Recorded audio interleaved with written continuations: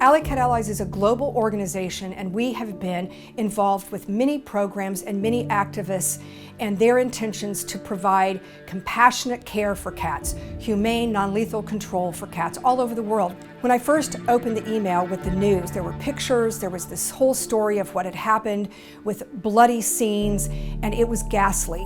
What the Port of Newcastle has done to these cats cannot be justified. Together, we're going to fight this and we're going to end this.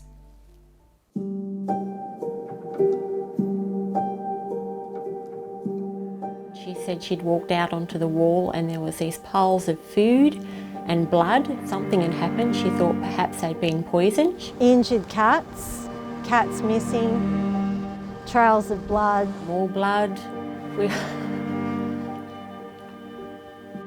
I decided to climb in amongst the rocks, and that's where I found Lily. Lily had been shot a few times in the head. She had bullets through her skull. We were all in tears, you know, we love these cats, and to see that someone had deliberately hurt them. Found Rosie, beautiful little Rosie. To see her shot in the eye, it broke my heart. There was approximately 8 missing, and then there's 2 cats we know of that are still out here that we can't catch, that are walking around with broken legs.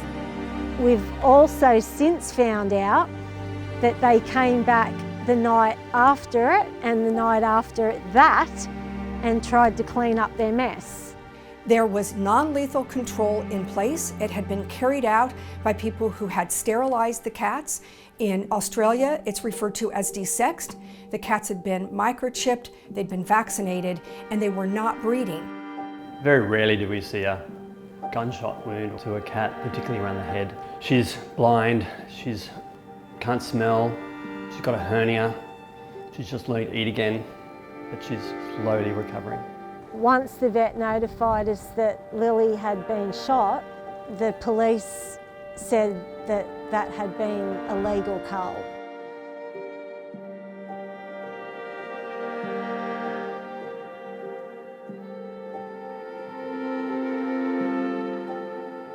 We just couldn't understand how people could just go out there and hurt these cats. You know, no one had come forth to try to talk to us, to try to fix this. You know, no one had spoke to us to say that there was a problem. We focus on TNR, which is trap, neuter, release. When we started here at the Breakwall just under 2 years ago, there were over 100 cats. In that time we've been here, we've reduced the numbers to 40, and that's when the cull happened. They live in a man-made environment. There's no birds, there's no plants. They're not going to kill any native animals. And so I don't think they were a threat to the native wildlife or even a threat to the community for that matter.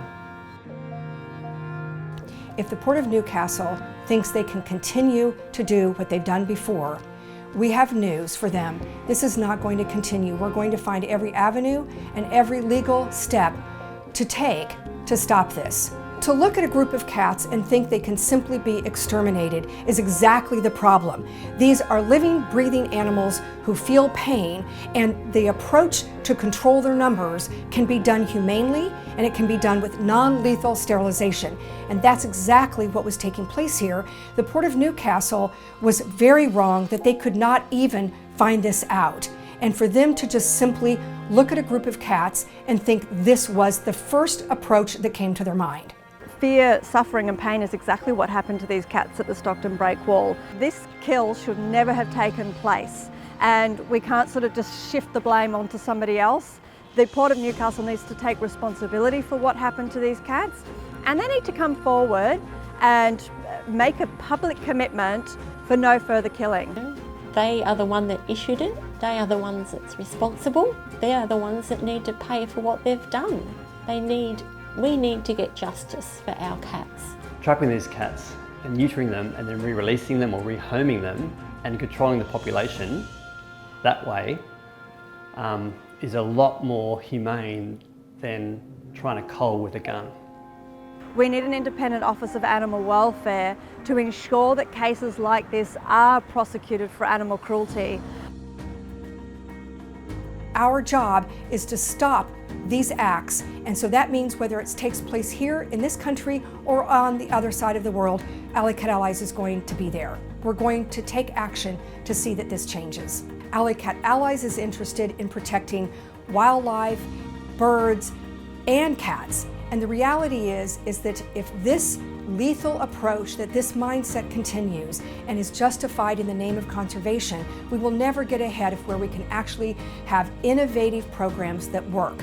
There has to be ways that we can find for these animals to coexist. That's our only choice. This is our challenge, and we have to find a way to meet that challenge, because killing is not the answer, it's not effective, and it cannot continue, and it's simply not tolerated by our society.